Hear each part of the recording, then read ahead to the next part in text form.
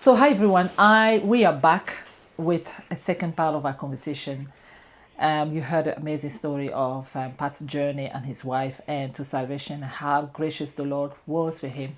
So we want to have another amazing conversation right now about your ministry and the aftermath. So it's before salvation and after, and what Pat has been up to with Cassie at the moment and his family. So welcome back. Thank you. Yeah. Thank you. So tell me, the last conversation we just had was your journey. Yeah. Right? Your journey to salvation and your family, your background, and how fascinating it is, and the hands of God. So one key things that I saw is the hands of God in your life, and how He kept you safe for. And like I said to you, one of the most intriguing part for me, and the two intriguing part for me, is the concept of the addiction and non-addiction, and the difference, and also the way the people who brought you the good news of God were private about praying for you. Yeah. They never gave up. And for me, that's an encouraging thing about an encouraging way of, for me to always remember, don't give up on people. Yeah. And it's not what you do. You don't have to be at the forefront. You let God his job. Sure. You just go and give the good news, stay there with the person and privately pray. And that's what that team, that group, Tommy and his brothers and sisters did for you and Cassie. And you see how the hand of God was here, because Cassie just say, I want to go through. And it was just, you didn't have to do anything. No. He's how gracious our God look after us, where he said, just give me your heart. I look after everything else. Isn't that amazing? So now we are going to talk a little bit about your ministry. So you've been doing a lot of things so far. You're a busy man. So walk me through your journey after that salvation time, and now there's few things that you've been up to. I know you're also part of the Christian Motorcycle Association of Ireland, and then also you are a musician now. Well, and then you've been supporting a lot of people who would have had the same issue that you had in the past before becoming Christian. So let's dive into that and let's go. I'll fast forward a bit. I'll just it was back in 1976 when we got saved, Yeah. And do you remember I was saying to you I was doing a course in Anco Training Centre? Okay. Yeah. Well, at that time, there was one guy one of the staff in Anco Training Centre came to me one day and he says, would you like a job out of here, like a proper job? And I says, yeah. So he told me about this company, a car dealer company in Camden Street. Yeah. And they sold Alfa Romeos. So he got me a job there, and I was cleaning cars there. That's what I did. So I'm going to fast forward now. So I was doing that for many years. And in 1984, I went out on my own, to create my own business. And again, God, sort of helped us right through those days. Yeah. And so during that time, people mentored us. We had like the likes of Pastor Chris Robinson and other people like that. That they mentored us, and brought us through the scriptures and showed us how to live properly and decent, Oh, wow. And so I have to say that God used those men to put, something good into us, to give us a direction, and to have a bit of common sense, Yeah. Mind you, we still a bit, regarding common sense, we still have to think about that one, Yeah, of course. But so here we are now, and it's 2025, and the Lord has given us everything that we were in the slums of Dublin, and we got moved to a nicer place, and then we were back in the slums again in another part of Dublin, and then eventually we got to live where we're living now. But anyway, so where are we now? Well, what we're doing now is the Christian Motorcyclists Association. How I got into that was Nigel, of course. Oh, really? Yeah. Oh, that's interesting. Yeah, well, okay. Well, a friend of mine gave me a lend of a bike one weekend. Okay. Did you have passion for bikes anyway? I had a passion, but I got into biking late, actually. Yeah. Not So, like him, where he got it from yeah, his he was like, grandfather and all that. Yeah. I'm just, I'm not a seasoned biker, really. You know, Oh, okay. I've been doing it about maybe 20 years now. 27 years, I'd say. But anyway, this friend of mine lent me a bike for a weekend, and when I was bringing the bike back to him, I let it drop. I let it fall. So I ended up feeling sorry for doing that. So I ended up buying the bike off him, you know, and that's how I ended up owning a bike, and then getting to know Nigel.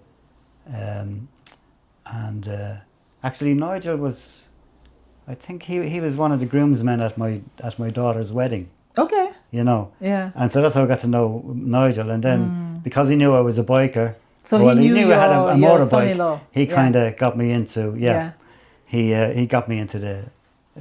So what we do with that is, I mean, there's various different ways of doing outreach, but one of the ways we used to do it was we used to go into the bike rallies. Okay. And we used to put up a canopy type of thing, and because I used to clean bikes and clean cars, we used to offer a free service of cleaning their bikes for them, you know, and with the hope that we'll get talk with them and build up a relationship with them, so that we would bring the gospel message to them, you know, basically, and we have sort of over the years done that type of thing. We don't do the bike cleaning anymore, but we still know a lot of people in the biker community, you know.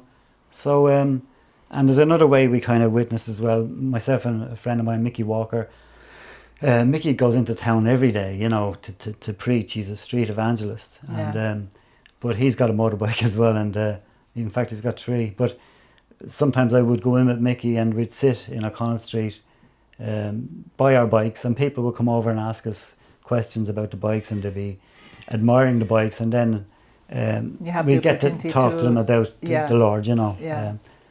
So that's it's another way of outreach, you know. Okay. So then a friend of mine, Paul Donahue, who I got to know through Tommy Slattery, actually. I got to know through him, the guy that was coming to your home. He introduced Paul to me. Apparently, Tommy knew by now I was well established, and I was working, and I was in the valeting business. So Paul wanted to get into that business, and so he came along to me for training. But Paul, he's got a great heart for the Lord, you know. And now Paul was in addiction. He was in addiction, and he came through it. He was in and out of prison, and a real hard man, and real sort of in the thick of it all, you know. And he came to know the Lord, but eventually I got to know him after he came to know the Lord. And to cut a long story short, Paul had this vision of reaching out to the people in Kilnamanagh, you know, and bringing them the gospel message. And the idea he came up with was, well, there was a few ideas, and we put them all down on one leaflet, you know. Remind me to give you a leaflet when you're going. I'll show you what the leaflet looks like. But we went around to the doors, and we said to the people who we thought were in need. But the main thing was we wanted to give them the gospel message. So we wanted to get to know them. So we had a unit rented in Kilnarden Estate, and we filled it full of food. You know, we got some food. And so one of the things we were offering the people was food, and the other thing we were offering them was for those in addiction, we would sort of lead them to a place where they could, break free of drugs, and also through the scriptures, you know, lead them. Paul would he had a program of bringing people through addiction through the scriptures, you know what I mean? That's amazing. Yeah. That's amazing to know that it's possible. Yeah. Because it's something to know, to note what you just say is very important. Yeah. We believe that it's more chemical, it's more biological, and it needs to go to doctors. And it's this say that you hear that, God, like medicine can do better, right? So it's nice to know that they could be. Oh yeah. And there's a place in Tala, which we were friendly with the staff up there, they run a rehab center, you know, and it's a Christian ethos, you know. And anyone that goes in there, a lot of them come out knowing the Lord, you know, getting saved and getting free clean from addiction. and free from addiction. Yeah, and it's happening all the time. Yeah, Amazing. So Paul had this idea. So we started knocking on doors, and a lot of the people says, "Yeah, we'd like some food." The other things we were offering them was if they wanted to come along to a Bible study, and we were doing that, or if you would like us to pray with you, or and then the addiction program, you know. So these were the things we were offering. So for the last 3 years, we've been bringing food to these people, and the amount of people grew. You know, it sort of we were delivering to over 40 people. Oh wow! Yeah, Okay. and we were very busy with that, and during that time we built up relationship with the people, you know, and they felt that they could trust us, and they felt that they could sort of pour their hearts out. But unfortunately, just lately in the last year, the food situation has gone downhill a bit because there's a shortage of food, you know, from the food banks, you know. Yeah. And so we only deliver to a small amount of people now. And we get enough food just for a small amount of people. But the good side of it is, Bronson, sorry. Okay.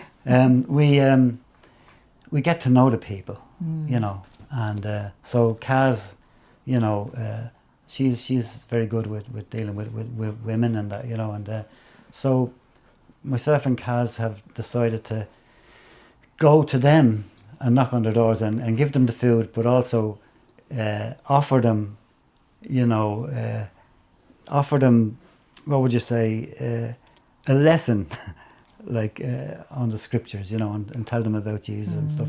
Some of them have let us in, and some of them have said, okay, later we'll, you know, but we're still praying for we those just people. want the food. Yeah, we just want the food.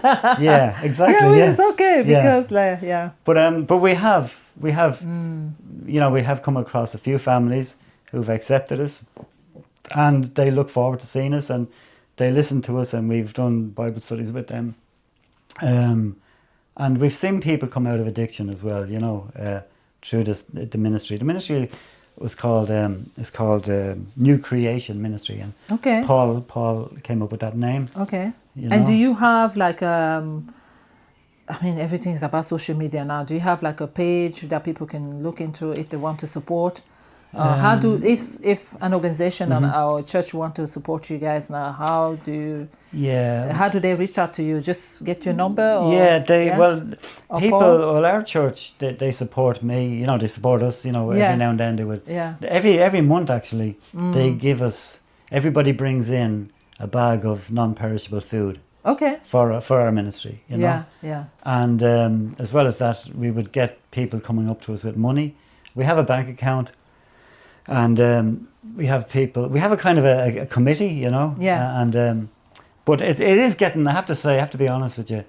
It's sort of grown a bit weak lately because of the food thing. Of you the know. Food. Yeah, the food was always a way to come in, isn't it? Yeah. But you know, we're still connected with the people, and I think that's a good thing, you know. And so that's what we do now, you know. And we've seen people. We got to know. You know, I don't want to give any names, you know, but of course. We've seen, there's an amazing girl, right? I won't say her name, but it begins with an L. And she's an amazing girl, you know. Yeah. We saw her come out of addiction, you know. She came to the Lord through someone else, through another friend of ours. And she started coming along to our Bible studies that we had up in the unit. Yeah. And she didn't go into any rehab. Wow. She said to herself, I'm gonna kick this habit, and she brought it to the Lord, and she did it. When I say she did it herself, she didn't go to rehab. She went to the Lord, and through prayer and determination, she just stayed with her sister for a few weeks and got clean, you know. And now that girl is full on serving. She actually serves. She helps in the ministry. In the ministry as well. Yeah. Wow. And there's another chap as well, who, like that, was helping us in the ministry. He came to know the Lord again. You know, we were, you know, sort of trying to minister to people, and this chap came to know the Lord. And this guy is so on fire for God as well. And he's a lovely fella, and he's he's getting married soon. Yeah. And he met a lovely girl, a Christian lady. So these are happy stories. Happy story, yeah. Yeah. But yeah. I want to bring one key thing about this is that, regardless of the food going down and all that, do you still see yourself pressing on that ministry, that God is pressing you and finding other ways?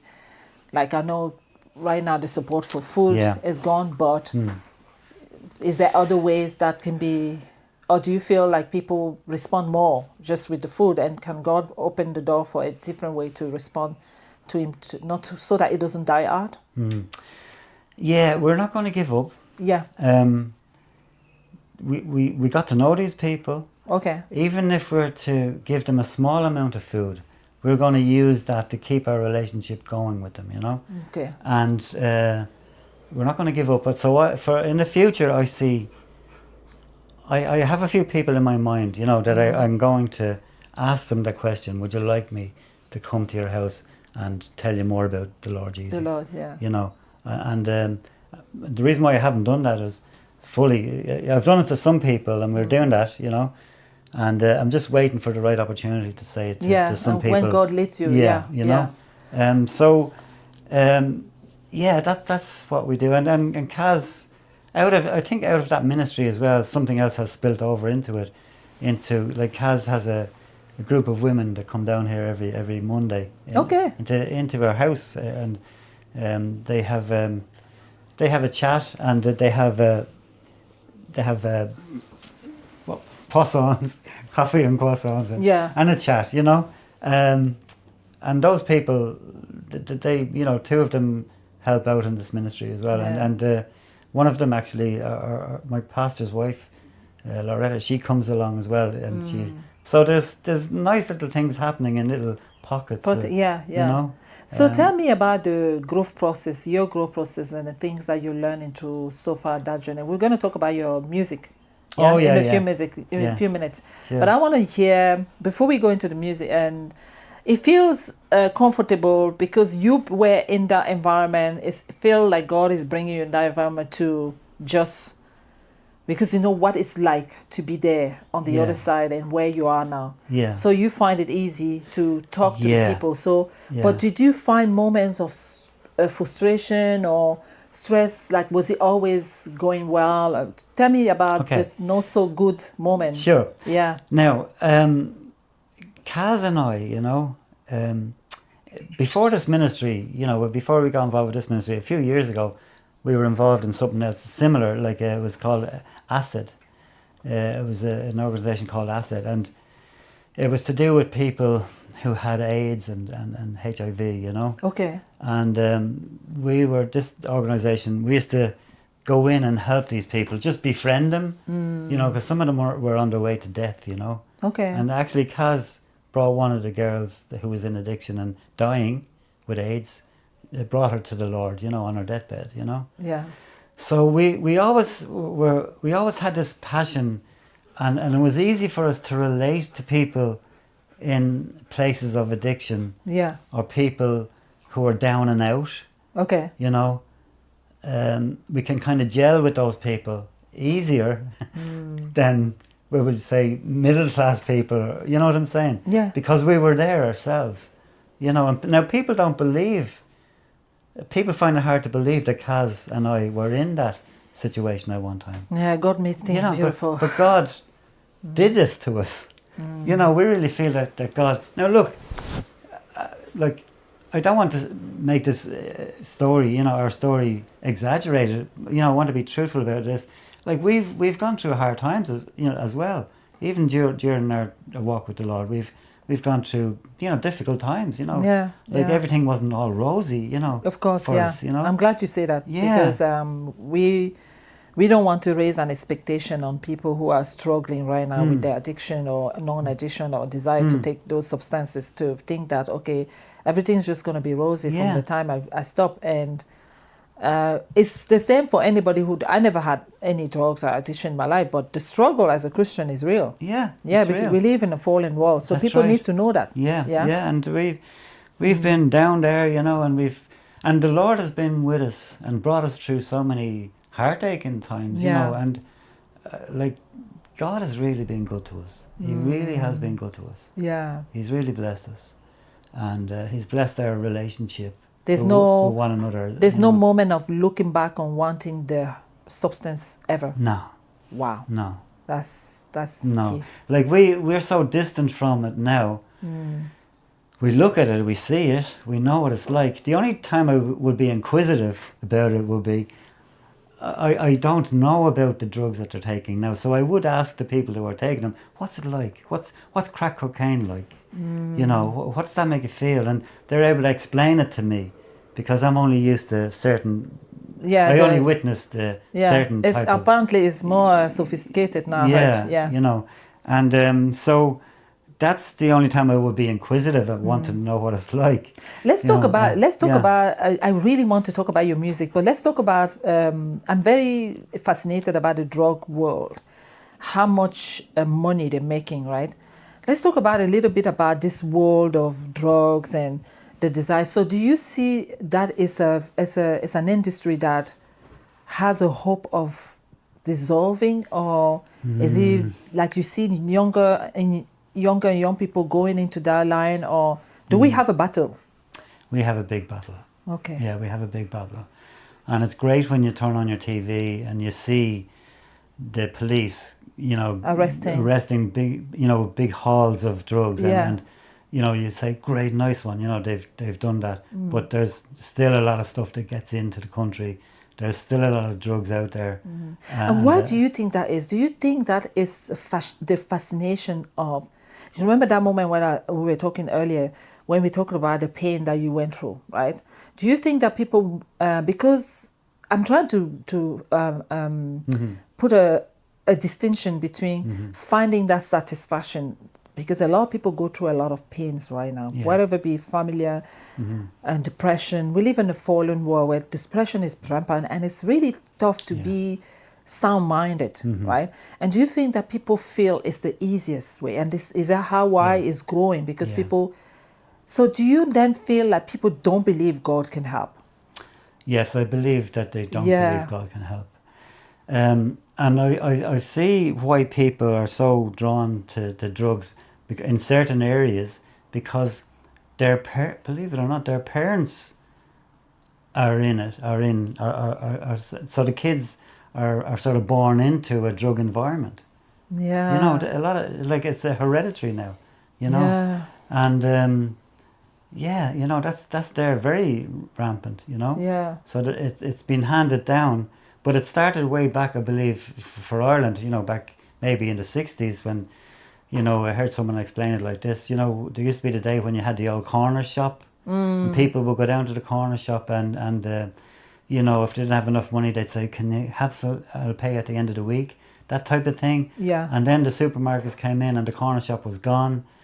And the communities started changing. People are more isolated. Yeah, you know. Yeah, there's a bit of isolation for everybody now. It's not just about drugs. It's like loneliness. Do you know, the other day, it's so funny, we're talking about the isolation. I live in the same street in Portlaoise for almost 13 years now. And I can tell you, I saw my neighbor opposite. He's a policeman. He was painting. I can tell you, I don't even remember the last time we ever say hi to each other. Really? And I remember cycling beside him, and I wanted to say hi to him, and I knew he wouldn't answer. And I just said to myself, how is it sad to know that I know. we live in the same street for 13 years and we haven't said hi to each other? Yeah. People are more and more alone. Yeah, I know. And it's like this even on our street here. We've been living here 40 years now. And well, I know you know, I mean, but there's a few down the road I don't even know. You know, I see them and I wonder, well, how's this? You know, that type of thing. Yeah. Whereas the times have changed. Times have changed, yeah. And that makes people more be with themselves and feeling the pain. Now, I'm not making excuses for using drugs as a way to escape, but in a way, when someone tried, he's escaping. Yeah. Well, look, I think there's 3 different categories, you know, I think, or 3 ways how people get into the drug thing. Okay, the first one I've already mentioned. It's hereditary, you know, it's in their environment already. The other one would be, like myself, I was fascinated by, I wanted to see what that's like. Yeah. You know, Curiosity. Curiosity. The third one would be, I want to escape from this world. You know, I need something to That is key. escape. You know, so I think there's 3 different categories. You know, of why people Doing that. doing it, and maybe there's some that don't even think about any of them, and they just do it anyway. You know, and like look at it. It's not just drugs, but the Irish culture. You know, the first thing, one of the first questions people will ask me when they find out I'm a Christian: are you allowed to drink? Yeah. You know what I mean? Yeah, like, so the Irish culture is built around drinking. Why would you drink? Yeah. Oh, because it changes your mood. You know, it's sort of, and a lot of people are alcoholics, I guess, in Ireland that they don't even know they are. Yeah. You know. So music.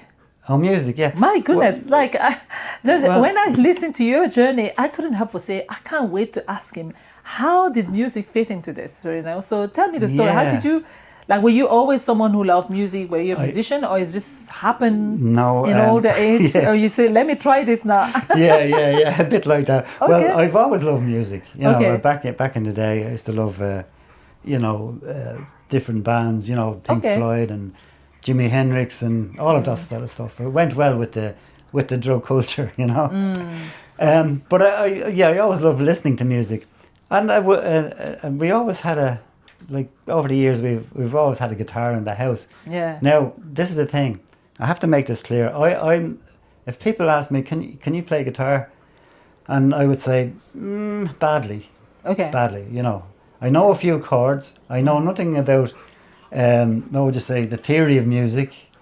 With about the 7 chords that I know, I sit down and I you know, sort of move them around in different places and I come up with a melody, you know? Yeah. And then I put a lyric to it. I've always liked writing poetry, you know, if you could call it poetry, it's called a rhyming poetry, you know? Yeah. And I've done that, you know, even before I got saved. I remember my first poem was called Poor Fool That Nobody Knows, and I was writing about a junkie, you know? And so over the years I would write little bits of poetry. And then one day, a friend of mine said to me, Pat, he says, why don't you, and some of the poems turn into songs, you know? Yeah. Why don't you get them recorded, you know? So I had a load of songs and poems written, and I went along with recommendation from him to a recording studio, and I got them recorded, and I ended up with... you serious? With an album. Yeah. Sorry. Yeah. It's called that's the one that is on Spotify as well. Yeah, it's on Spotify. Yeah.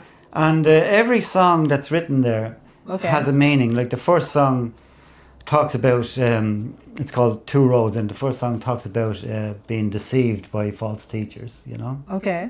And the second one is called Evangelist, and that one, the idea from that song came from a friend of mine called Mickey Walker. His name is, and he goes into the street every week, several times a week. And he's a street evangelist, and I've seen people standing around him, you know, listening. And as soon as he puts up the word sin on the board, people walk away, you know. Okay. So that song came to me. He inspired me to do that. And there's another one called Show Me Love. Yeah. And that was about one of the girls that we deliver food to. She's really in addiction, and she came out to the door one day, and she was all battered and bruised, and I wrote about that, you know, the Show Me Love is the song. It's from her perspective. Wow. And so you see your music being... I write about, everything has a meaning. All those songs have a meaning. Looking Back was about my own life, looking back on my hippie days and coming out of it, you know, and describing it. But then I have a few worship songs. You're the Only One, you know? And then Psalm for the 103, Adoration is another, you know, song that I wrote, and myself and Kaz like singing that one here, you know. And then the last one that I did a poem as well called The King and I. The Kenyan, and the last one I wrote was called Goodbye Yesterday, and that's that picture on the back of was when I was a kid. I know, with the fish. With Yeah, I the love fish. that. Yeah, I love that picture. Yeah. So there a few months ago, I went down to visit Ballinasloe, where I grew up as a kid, and I went to that spot, and I was kind of, Thanking looking God back, and reminiscing the past. yeah, Yeah. and reminiscing, and Yeah. and that song came out of that, you know. Wow. Yeah, So you want to kind of reach out. It's like being a prophet through your music. Reach out to people, to the heart of people, touch out people with music. Yeah. Yeah, I'd like to be able to do that. Give your testimony. Yes. Through the music. Yeah. Right. Yes, that's amazing. I'd like to be able to. I want to say thank you for such an amazing time. Like I think I'm blessed. Okay. I feel privileged because when I hear, like I'm sitting, listening to your story, many stories that I've listened so far. There's always something new you're learning about God and life in general, and it's just so fascinating. But there's something I want to say. Yeah. While I was listening to your story, and while you were talking, I couldn't help thinking about Cassie, your wife. Yeah. I couldn't help thinking about the love. You know, I sense like she stood by you. She believed in. When you opened that door and see the mold, and when you've been kicked out, she could have just gone back to the UK. She stayed. Yeah. She stayed. She believed. Yeah. Wow. So Yeah. I think it's a blessing also to have her in that journey. Yeah. Oh, yeah. Well, she's very much a part of it, you know. I know. I was picturing her when you were doing that. Like, how did she feel when she was holding a young baby, being kicked out door to doors? How did she feel? Like, probably, I'm sure you weren't able to support financially the way you could have, and she still made. The fascinating part you say to me is how she made, in the middle of that darkness and the environment you live, she made your little home. Yeah. Beautiful. She did, yeah. When you come out of the house, there was mess, nappies. Yeah. But when you come into your home, she created that vision of what she wants your life to be. Yeah. With you. She did. Standing by you when you were taking your whiskey. Yes, yeah. Wow. She did. And God like is good. she was, I think, whosoever like find she's a wife, got a find a real good thing. maternal. Yeah. She's like, she had the 3 children without any epidurals or anything like that. Yeah. You know? But she was more mature than me back then. I was a terrible guy, you know. I really. And she stood by you. And she did, yeah. She stood by you. Yeah, now, there was that's times amazing. when she would like to have, you know. Of course. You know. Yeah. But look, she's we always say, with the women, we always say we always have once a month, once a year, when we say, that's it, I'm divorcing. Yeah. And we never divorce. You know, that kind of stuff. Yeah. Yeah, I know. So I would say thank God for that. We never take this for granted. Thank you for sharing your amazing story with us. Thank you. And I do hope that people will be inspired. Yeah, Is there so do I. anything that you want to say about your vision for your mission to God, your missions, everything that you're involved in, whether your music, the CMA, or the outreach at the doors and all that? What's your vision? Yeah, well, the music thing, I think that was, I don't know if it was a once-off or what. You know, when I was 70, that was there last year, I decided that was part of my birthday present, being able to record that album. Yeah. But I still like writing songs. Bronson, sorry about this. No, I still still like writing. He wants to be on the camera as well. I still like writing songs and stuff, you know. So I don't. Sorry, Bronson. Yeah, it's okay. Like, you don't get to be the own star of that story. I want to be part of the story. Yeah. So the music is a very small part in all of this, you know. Yeah. It's a hobby. Like I said, I don't class myself as a musician or even a songwriter, even though I've written those songs. I don't see myself as that person, you know, Pat Brown, the songwriter, the musician. I'm far from that, you know. Yeah. But I would like to say, well, like, this is the thing, Elena. I don't know how many years I've got left. None of us do. Nobody. But I know that there's 70 years behind me, and I know that I'm not going to get another 70 years. I don't know if I'll get 20 years. I don't know if I'll get another 10 years. So I know there's a small length of time in front of me, you know. And for those remaining years, I would love to reach people with the gospel. And so would Kaz, you know. We would love to reach people with the gospel message. I would love to bring people, you know. That's your vision. Yeah.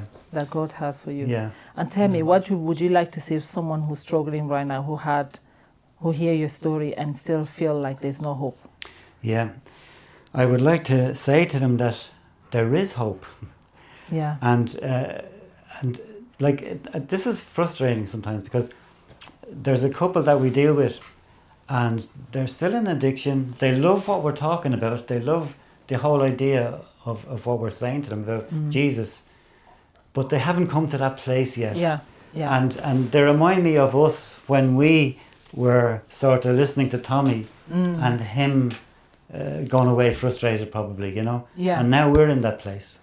We're meeting with these people, you know, every week, and you know, you know what I mean. Yeah. So what I would like to say to people, like I say to them now, if you only knew what we know, if you only knew who we know, you know, how beautiful it is, and how quickly your life would change. Yeah. You know, and how beautiful your life would change. You know, that's what I would say to people.